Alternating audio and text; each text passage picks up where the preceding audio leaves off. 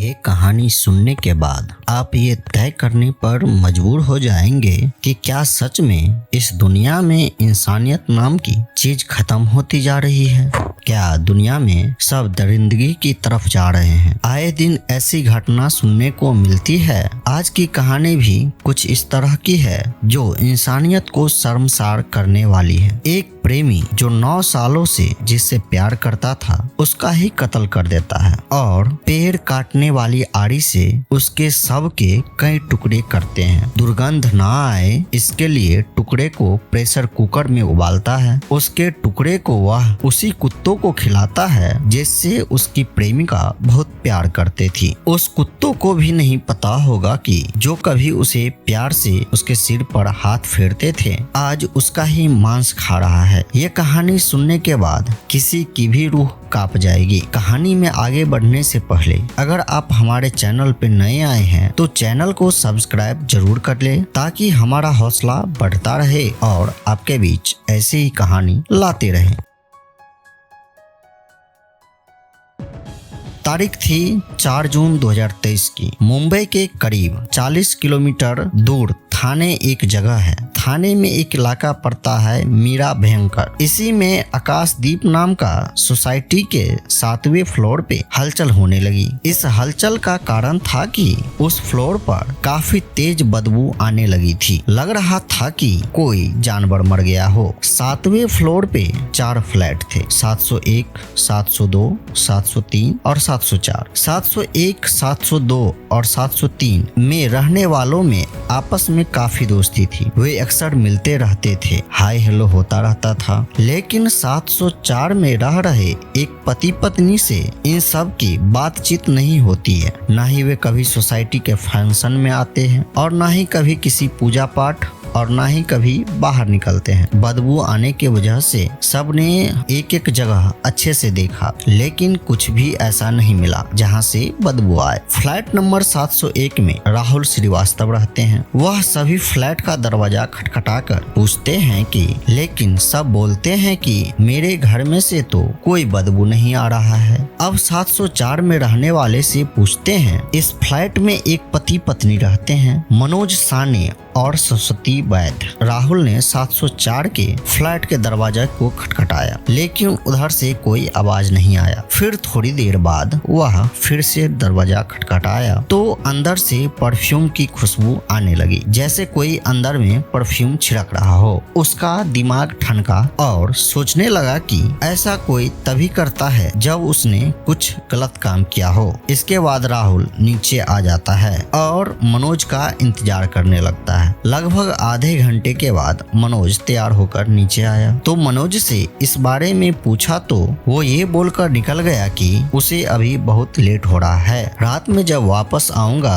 तो चेक कर लूंगा कि कोई जानवर तो नहीं मर गया है। इस सोसाइटी के चेयरमैन प्रताप जायसवाल हैं। समय के साथ बदबू काफी बढ़ने लगी थी। 7 जून को राहुल ने सोसाइटी के चेयरमैन को फोन किया और बदबू बढ़ जाने की शिकायत की तो चेयरमैन सोसाइटी में आते हैं और राहुल के फ्लोर पर पहुंचते हैं और उस फ्लोर के हर फ्लैट के दरवाजे खुलवाकर चेक करते हैं। सबसे ज्यादा बदबू फ्लैट नंबर 704 के दरवाजे के पास से आ रहे थे। दरवाजा अंदर से बंद था और मनोज का कोई अता पता नहीं था तो चेयरमैन ने पुलिस को फोन किया। कुछ ही देर में मीरा भयंकर पुलिस स्टेशन से एक टीम सोसाइटी में पहुंचती है। सोसाइटी में पुलिस को देखकर सब दंग रह गए। वहां पे काफी भीड़ इकट्ठा हो गई। एक दूसरे से पूछने लगे कि क्या हुआ है जो सोसाइटी में पुलिस आई है। पुलिस 7वें फ्लोर पे जाते हैं। पुलिस ने बिना दरवाजा खोले ही बता दिया कि ये बदबू सबके सड़ने के है। दरवाजा को तोड़ा गया। दरवाजा तोड़ते ही बदबू इतना बढ़ गया कि खुले नाक से कोई भी सांस नहीं ले पा रहा था। मास्क लगाकर पुलिस अंदर जाते हैं। अंदर का नजारा देखकर पुलिस वाले तक के होश उड़ जाते हैं। पुलिस ने ऐसा क्या देखा उस फ्लाइट में जानने से पहले उस फ्लाइट में रहने वाले मनोज और सरस्वती के बारे में जान लेते हैं। मनोज एक किराने के दुकान में काम करता है और वह महीने के 5000 कमाता है। साल 2008 की बात है। सरस्वती वैद्य को अहमदनगर के जानकी बाई बाय आपटे बालिका आश्रम में भर्ती कराया गया था। आश्रम से ही वह 10वीं तक की पढ़ाई की। आश्रम में उसका व्यवहार अच्छा था। जब उसे आश्रम में भर्ती कराया गया था तब वह नाबालिग थी। वह राशन के सामान के लिए पास के एक किराना दुकान में जाती थी। साल 2014 में वहीं पे मनोज साने नाम का व्यक्ति काम करता था। सरस्वती अक्सर उस दुकान पे सामान लेने के लिए जाया करती थी। सरस्वती की इसी राशन दुकान पर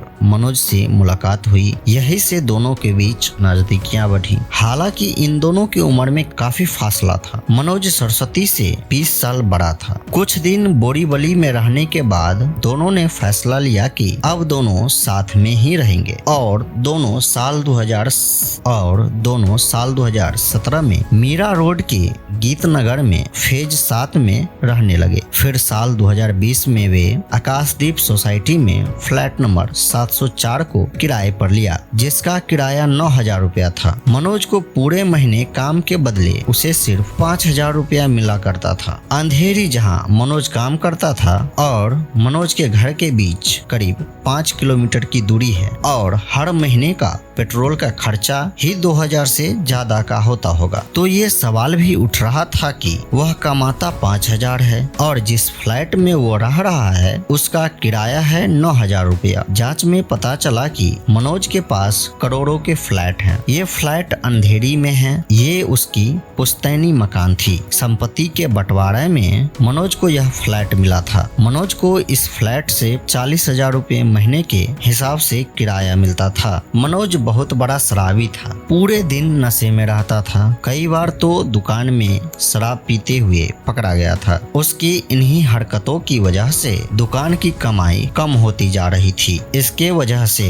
इस दुकान को बंद करना पड़ा। घटना के कुछ दिन पहले यानी 29 मई को यह दुकान बंद हो गई थी। मनोज और सरस्वती 9 साल से साथ में रह रहे थे। मनोज फ्लैट लेते समय बताया कि सरस्वती उसकी पत्नी है। मनोज इस फ्लैट में पिछले 4-5 सालों से रह रहे थे। अब आते हैं पुलिस ने जब दरवाजा तोड़ा और मनोज के घर के अंदर जाते हैं। बदबू किचन से आ रही थी। किचन में घुसी तो वहां का नजारा देखकर सब दंग रह गए। रसोई में रखे एक प्रेशर कुकर और कुछ बर्तनों में उबला हुआ इंसानी मांस रखा हुआ था। वही फर्श पर महिला के बाल पड़े हुए थे। इसके अलावा अर्धजली हड्डियां और मांस बाल्टी और टब में पड़ा था। सब के लगभग 100 से अधिक टुकड़े मिले। लाश को देखने से लग रहा था कि इसकी हत्या 4 से 5 दिन पहले की गई होगी। ऐसा लग रहा था कि ये लाश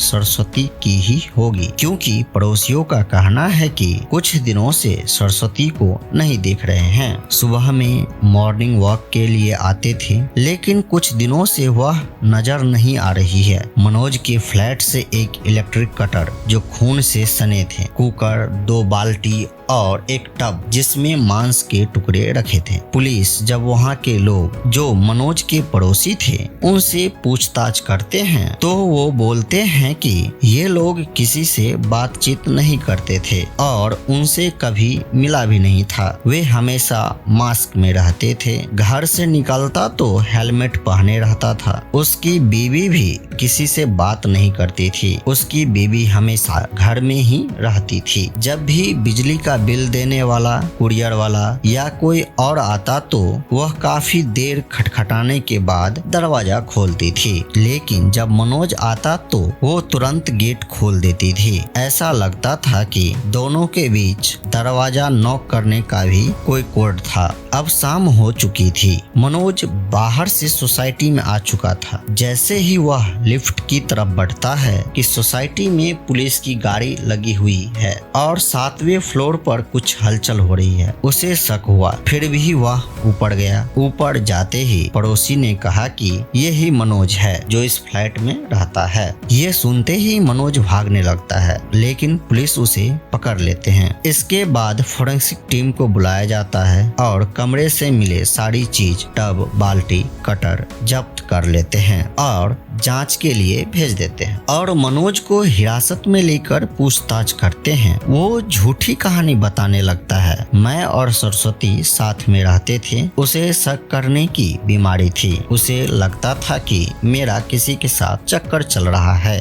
इसके वजह से हमारे बीच अक्सर झगड़ा हुआ करता था। 3 जून जब मैं घर वापस आया तो सरस्वती फर्श पर मरी पड़ी थी। उसके मुंह से झाग निकल रहा था। वो जहर खाकर आत्महत्या कर ली थी। तब पुलिस पूछते हैं कि जब सरस्वती ने आत्महत्या की थी तो तुमने उसके शव के टुकड़े क्यों किए? तो वो बताता है कि सरस्वती के खून का पहला शक मुझ पर ही आता, इसलिए मैं लाश को ठिकाने लगाने के बारे में सोचने लगा। लाश को अगर 7वें फ्लोर से नीचे लेकर जाता तो किसी न किसी को मुझ पर शक हो जाता। तब मुझे याद आया आफताब श्रद्धा वाला केस। तो उसने दुकान से वुड कटर, टब, बाल्टी लेकर आया और लाश के टुकड़े करना शुरू किया। लाश के टुकड़े करने के बाद उसमें से बदबू आने का डर था, इसलिए टुकड़े को कुकर में उबाला और तवे पर रोस्ट किया। कुछ टुकड़े को वह घर से बाहर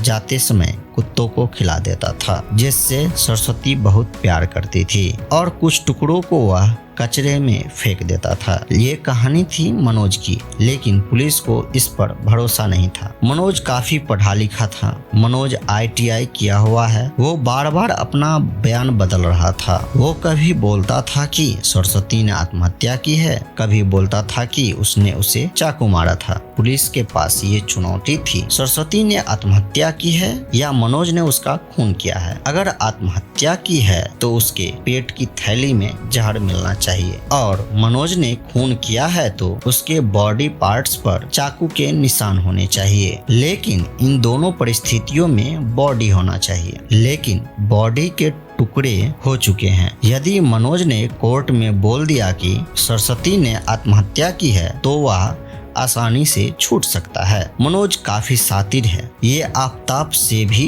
2 कदम आगे निकला। लेकिन ये सोचने वाली बात है कि हमारा समाज किस दिशा में जा रहा है। इस कहानी को सुनाने का मकसद किसी का दिल दुखाना, दुख पहुंचाना नहीं है, बल्कि आपको जागरूक करना है। इस कहानी को सुनने के बाद आपकी क्या राय है, कमेंट बॉक्स में जरूर बताएं।